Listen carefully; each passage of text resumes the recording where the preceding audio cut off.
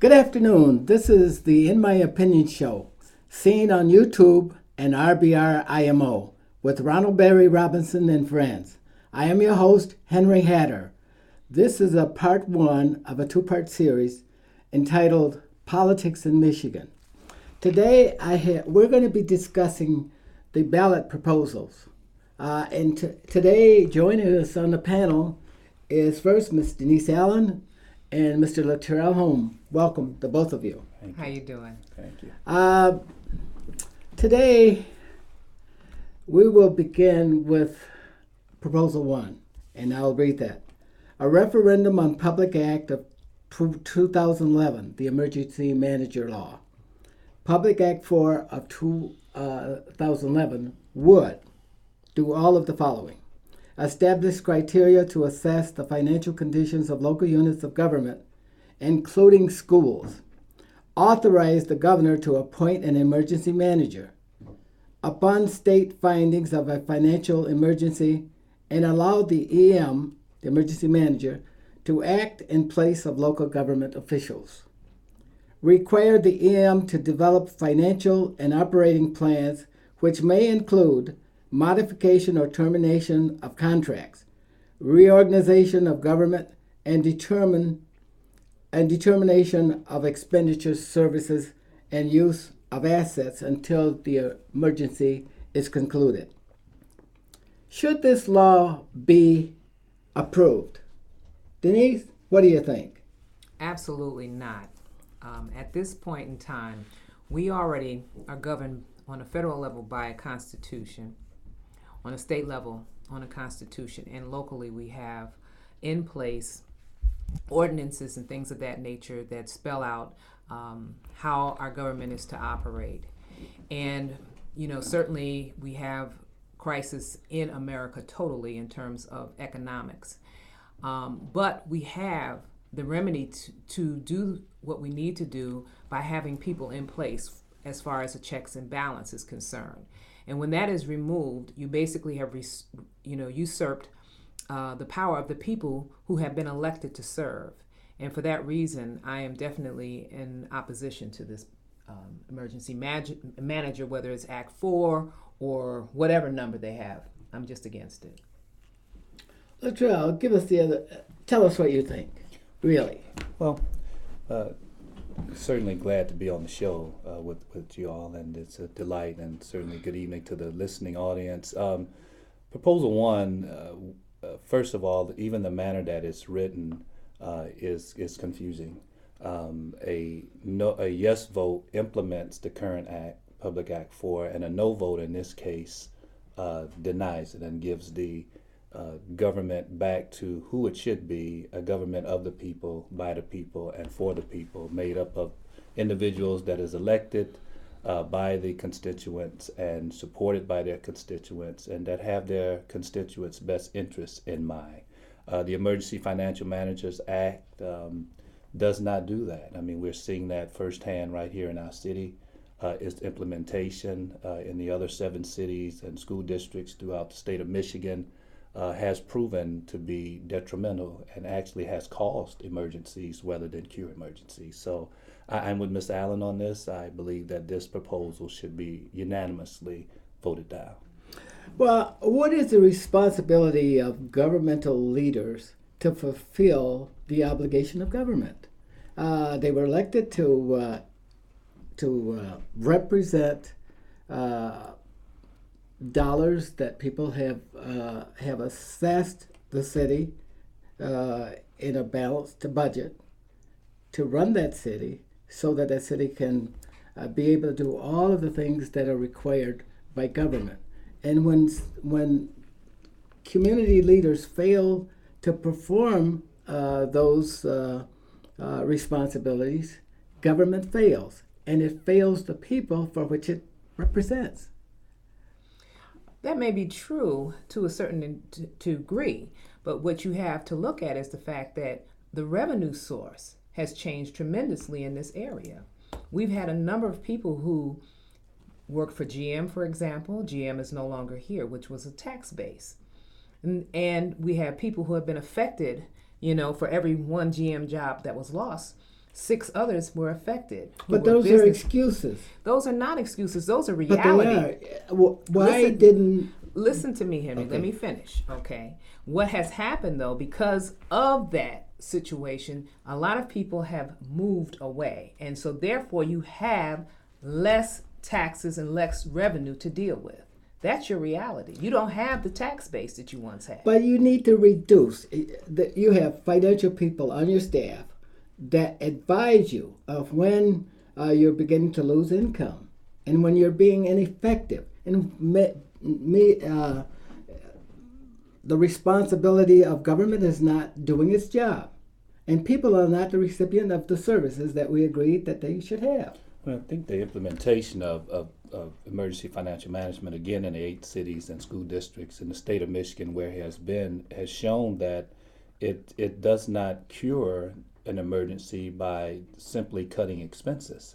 There needs to be shore-ups of revenue sources within these communities, and as Ms. Allen pointed out, here particularly in Flint, our main source of employment, General Motors, has made a massive departure there. But there also is unlimited boundaries that's within this legislation that is most concerning to me. And you look at its implementation, particularly in cities like Pontiac, that had an emergency financial manager that sold Silverdome, and because the interest that he sold it to actually wound up employing him, the direct beneficiaries of it many times are the EFMs themselves, and I believe that is a tremendous flaw with this public policy, that the controls is just way too broad.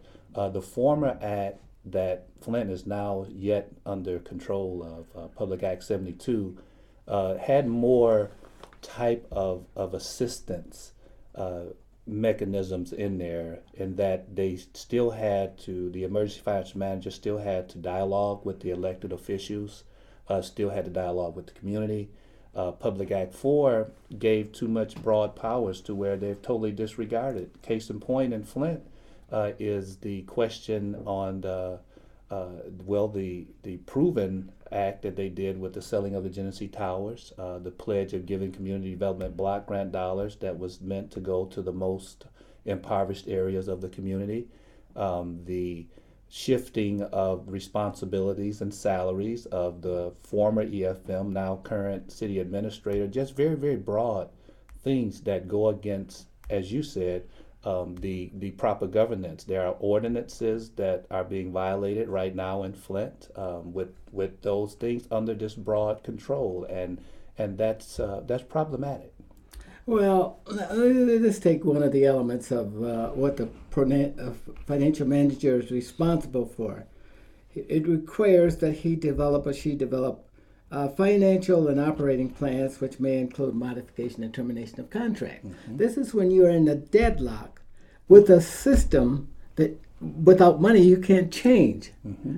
Because once these contracts are established, you can't break them in Michigan. Mm-hmm. You got to live with them, even if you don't have money. So there is a bottomless pit. Mm-hmm. We can't get past it. Okay, so what is your last comment on that? Mm-hmm.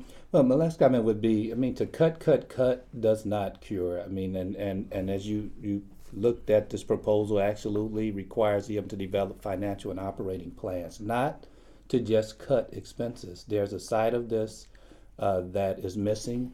The whole methodology is to cut to the bare bones, and the fact that there should be revenue generators and job creation. Should you go out for a referendum? Should that be the part of the responsibility of the leaders to go out with a referendum to find those sources of taxes. You don't expect for Pontiac to come into Flint and do that. No, and Who- we don't whose expect responsibility that is the it? responsibility is of those elected government that is I of the agree. people, by the people, for the people, not in a state of But they didn't do it. The individual. leaders didn't do it. They didn't go to the public and say, "Hey, we need a tax increase in order to Well, there was continue some. to In fund Flint, government." I can But speak they to failed Flint. to do it. There was some. We The got to will move wasn't on to there, the but it next was one. Flint. I'm sorry. I wished I could take more time, but we may I had come an back answer to this for you, one. too. Oh, But that's okay. okay. You Let's see if move we can on. come on. Now, the second proposal is a proposal to amend the state constitution regarding collective bargaining.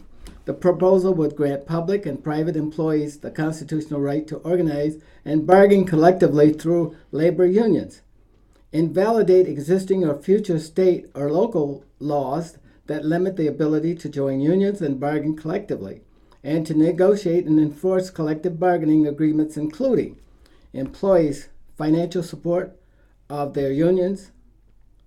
Laws may be enacted to prohibit unions from striking, override state laws that regulate hours and conditions of employment to the extent that these laws conflict with collective bargaining agreements. Define an employer as a person or entity employing one or more individuals. Now, Denise, how destructive is this? What's your position? How should a person vote on that? If a Well- person had gone through it and listened to this program today and got enough information to weigh in on it, how should a person really vote? Well, I'm looking at it from the standpoint of Michigan, who has been historically a very strong union state. And we know that with the administration that we currently have in place, they appear to be very anti-union. And because of that, I look at the fact that I myself am a part of a union, okay, as a state employee.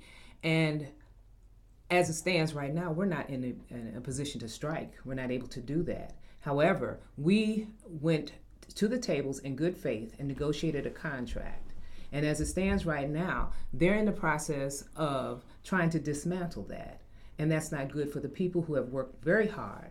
And quite frankly, with all that has been coming at workers throughout the state of Michigan, they're working more with less. Okay? And so it's just totally unfair. And based on that, my position would be for us to vote in favor of it. Okay?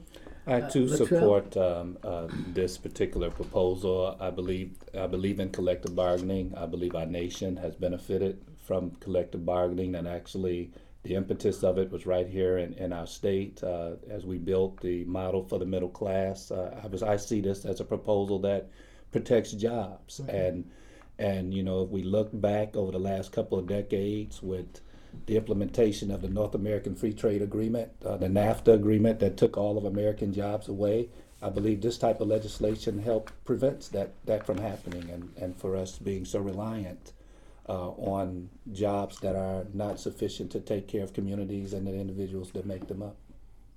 Well, I apologize, but I take a different view of that. Okay. I think what we're creating here is a privileged class. Not all people belong to unions. There are many, particularly the vulnerable people in the community. Those of us who belong to unions. And besides, I am not against bargaining. I support the right to bargain. But I think that this goes too far. I believe that there are too many people that would be left vulnerable to a privileged class that would get all the benefits and have all of the rights of enhanced incomes, enhanced protections, both of those who are dealing with health care, with financial basis. But the rest of the population would be left outside of this big domain that will be encumbered by the protections of unions under the Constitution. I think it's dangerous. I think it's not needed. And besides, there was a law signed in 1968 by Governor Romney that allowed for the protection of teachers for collective bargaining, but it was prohibited to strike. But striking is not a part of the issue, although that law has been violated many times by people who still struck, and were not punished for it. And yet there are other people looking at these laws that are tested and disrespected and stuff like that. And then you put this in the Constitution. That is encumbered. Well, one of the clauses that you just read, as it relates to striking, it does say that there's a clause that allows the legislature to enact laws that would prohibit Because that law is already enacted. public employees from That striking. was enacted in 1968. Right, which is a good control, but still, you look at those service provider type jobs like waitresses and things of the lower paying jobs that individuals are continually misused and underrepresented on the wage schedule. I think it at least brings some degree of fairness to a fair day's wage for a fair day's work. Now, with the exception of Denise, and Denise earns her right. She did. But there are many people who are work for government services, particularly those who are called people who run the government all the time and not politicians. What are they called? They are Emergency financial managers. no. No, those are people who sit there and do nothing but fulfill the requirements of government. They're unionized. Now, those people form the bulk of those who work for government. Not people like you, Denise, because you have a managerial job and stuff like that. But you have the bulk of the people who work for government that are just there, and they punch a card and they come under civil service and so on and so forth. And they have all of these great protections. Those people are protected. Now, pretty soon, and then you have all of the teachers who are protected. And then you have the people who are protected who work for industry. And but still, when you look at the pile of people that are covered by unions, there are still only a fraction of the people who are not covered by union. There is something wrong with that. Well, the way I'm interpreting this law, though, it's giving an opportunity for others who may not have union protection to be involved in that process. Okay, I saw them sneak that in there. But I think it's a good thing because you're talking about, because the way you phrased some of what you said, it sounded like you're pitting us against them. We all want a decent wage. We are pitted against them. Right, but we need to stop that. And this is what this language will disallow, the continuation of that. You know, the middle class is being attacked. Okay, we already know that there's an underclass that has been under attack, but the middle class, which holds this country up, is being attacked. So we have to expand an opportunity for the middle class to keep the footing and elevate the footing, and also for those that are underserved and have no opportunity to engage in becoming a part of a union to be able to do so. Now look at the last element under this proposal. It says define an employer as a person or entity employing only one person. You know, One we or will more. never, one or more persons, okay? Now, how can a mom and pop start a business if they would have to be unionized? You would kill the middle class and all of its inspiration to grow. You would limit that capacity. I think this is dangerous. I think it goes too far. I think it should be how is this? I think it should be defeated. Well, that certainly is your opinion. Thank you. Okay. Thank you. Got One broad more. support from all of the unions are broadly supporting this, and I believe it's fair. It's a fair proposal. But the bulk of the people who don't have those kind of benefits And who want are to have asked- those benefits will vote for this. Yeah. And they want to have They those. wanna have- They want to have these. but they got to find the jobs first. Yeah. Okay, the next proposal, a proposal to amend the state constitution to establish standards for renewable energy.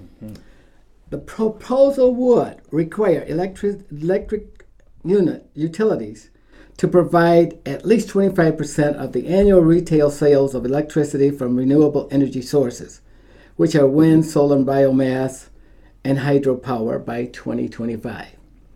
Limit to not more than 1% per year electric utility rates increases charged to consumers only to achieve compliance with the renewable energy standard. Allow annual extensions of the deadline to meet the 25% standard in order to prevent rate increases over the 1% limit. Require the legislature to enact additional laws to encourage the use of Michigan-made equipment and the employment of Michigan residents. Should this proposal be approved? This is a tricky proposal. On the surface, it sounds like it's a good thing. Solar energy, biomass, hydropower, okay? 25% placed on companies. All of that sounds good.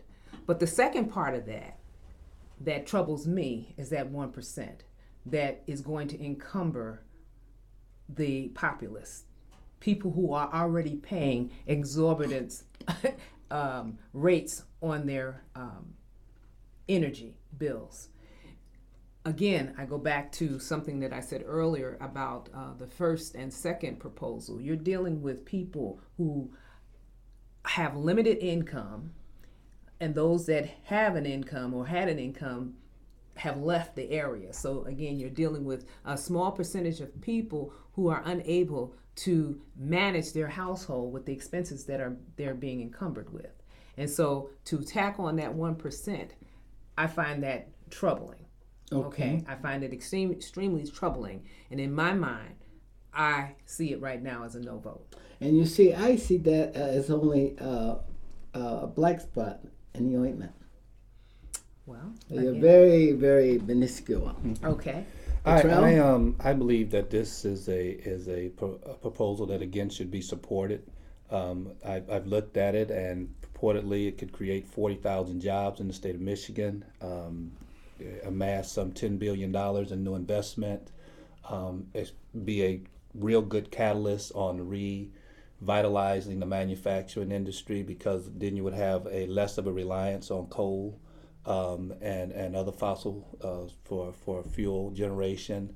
It will allow Michigan to set the bar. We would be the first state in Michigan to actually adopt this. As the national politics, particularly our current president, has been a proponent of clean energy, clean and renewable energy, because it is the new wave in this new millennium there. And so I believe this is worth supporting. Well, I happen to agree that this is a good proposal. I think that what this does, it will allow Michigan to find its niche. It had a big niche all of the 20th century. The automobile manufacturing made Michigan would have been the 5th largest nation in the world by 1980 if we were separate, because of the manufacturing and the automobile industry. So now Michigan's surrounded by all of this water and these resources. They have the technology. They have the skilled workforce. They have the money residuals left over from the old automobile industry to invest in this. And in 25 years, working diligently and methodically toward making this energy standard work for us, we can find a new niche and find jobs for people who currently are looking for jobs that don't have them. It would bring all kinds of jobs, like those who are without sophisticated education, engineers, managers, attorneys. All of those people will come into the fold. It creates something almost as dynamic as the automobile industry was 3 years ago. And then it definitely would have a positive impact on health. I mean, we've got enough pollutants in the air already, and clean and renewable energy is a good concept. And I think one of the most glowing and golden opportunities that have come in a long time to the nation, and again to see Michigan to be able to be on the forefront of this is encouraging to me. Denise and Latrell, you have been really great discussing these issues, and you brought out issues that even I didn't know about, perspectives I didn't know, and I appreciate those perspectives, and I don't discount any of them. And you've helped to make this discussion what I think it ought to be, where people can visualize two sides of an issue. And would you like to make any particular state your thrust for the most dominant argument for any one of these proposals? Well, I think one of you the got things. 30 seconds. Okay, well, I'll say this very quickly, that I'm glad that we had this discussion about Proposal 3, because that proposal to me, again, was very troubling. But I hear what some of the things that you've said, and you've piqued my interest here. So now I will take a closer look at it, and I'm hoping that any person who is going into the polls will do that. Will take a closer look, but they will vote their conscience and their heart. Proposal 1 is the most important proposal that has come before the state of Michigan in a very long time. It is an attack on democracy and on the right to vote. And if it's any proposal out of the 6 that really desires our really looking close at, it's the Emergency Financial Manager proposal, Proposal 1. And that's an honest look at this proposal. And people should vote their conscience. When they come to the issue, you got to vote for yourself. You got to vote for what it means to you. And secondly, for what makes good public policy.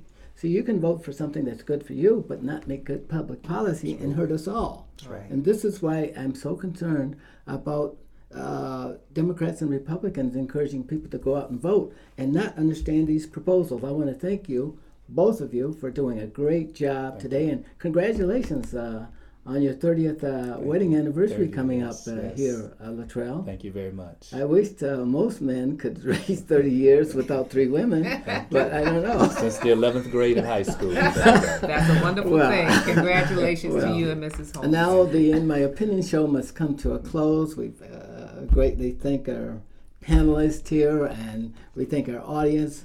We thank the In My Opinion show host and support staff. Until next time, stay focused.